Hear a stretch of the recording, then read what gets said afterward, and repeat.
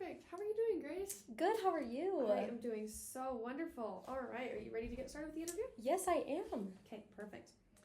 All right, so during this mock interview, we will focus on instructional practices, classroom management, and professional development learned in educational psychology. How does that sound?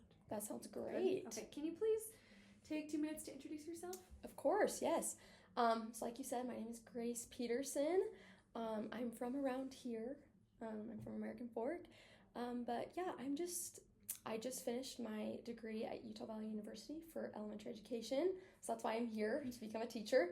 And I'm just excited to start my journey with that. But besides teaching, I love to be outside. I love to be with family and friends.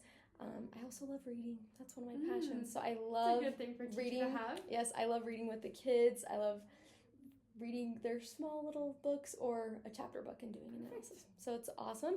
But that's just a little bit about me, but I'm just here to learn and to grow. I know I don't have all the answers to teaching, but I'm just excited to see where I can go. Cool, wonderful. Well, I'm excited to hear from you. All right.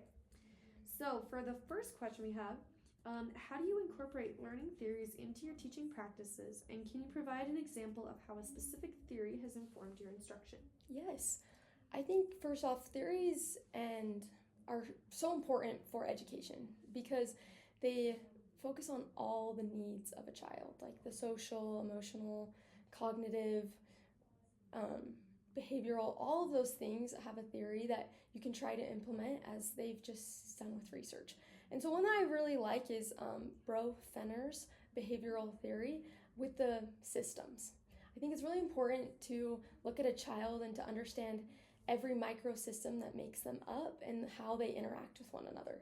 Because a child could be acting out because something at home's happening. And that's important for you as a teacher to know how you can work with the mesosystem to have them work together to benefit the child. Because what happens at school isn't only affected by what grade they get or how lunch goes. There's so many things that the child goes through. There's media consumption that a lot of kids are facing right now with like iPad time that need to be implemented into school and how we think about the child and how they're doing to have them succeed academically. Because if they are struggling in one of those microsystems, they won't be able to succeed in school. And so it's important to look at all of that. And that's what I like about that one is just to think about the whole system for the child, the exosystem. Yes, that's great. I love that. That's really good. Okay, we'll move on. How do you encourage critical thinking and problem-solving skills in your students? I think critical thinking and problem solving, they work together to help benefit the child because we teach them lessons, but we also need to have them learn how to apply those lessons and to grow and use their further skills to actually implement it in their own life because we just don't want to teach them math. We want them to be able to apply it in their own life. And so with critical thinking and problem solving, those are the things that they're going to use in real life. And so with critical thinking skills, I think it's really important to continually ask them questions. Ask them to further their knowledge so that they themselves can understand, oh, this could go deeper instead of just like, I'm doing good, and then that's it. You're focusing on more of those open-ended questions all throughout.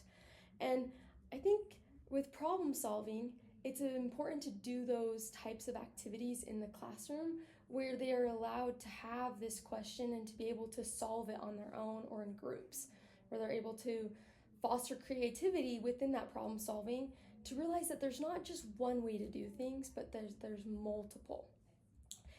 And with both of those, like they're very similar. I think it's just important to foster that mindset in the classroom that, it's okay to think differently. It's okay to make mistakes and it's okay to try and fail, but keep trying again.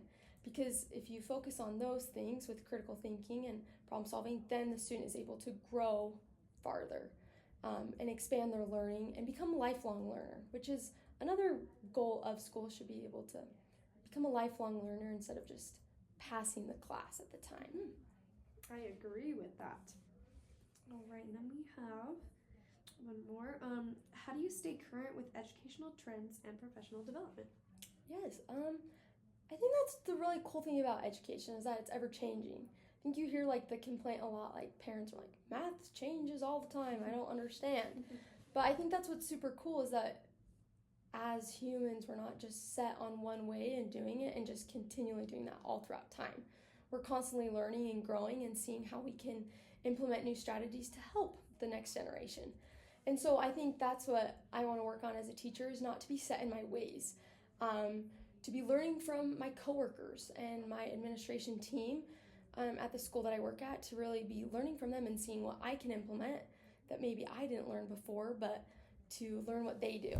And with current education trends, I think that's an important part of like being in the know with what's happening in education within your state. So that can be just checking what the Utah State Board of Education does, and also with that, either your district or the Board of Education puts on lots of conferences that are optional at times, and as much as I can, I'd like to attend those to become a better teacher, to see what is happening with technology or whatever's going on at the time, to attend those to see what I can do. Because I think like a big one right now is like AI, for example. A lot of teachers are like pushing back on it.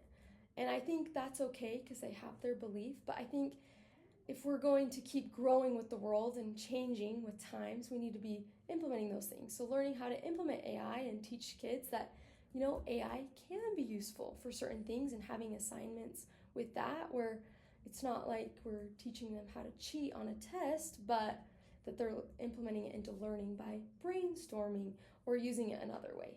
I think that's just one example of keeping up with current trends. Well, I think that's wonderful. Thank you so much for your time and your responses. It was very apparent how thoughtful your answers were, and I'm sure that you'll be caring about your future students as a whole person and not just as a number. Yeah. So, yeah. Thank I love you it. so Good much. job. Thank you so much for your time.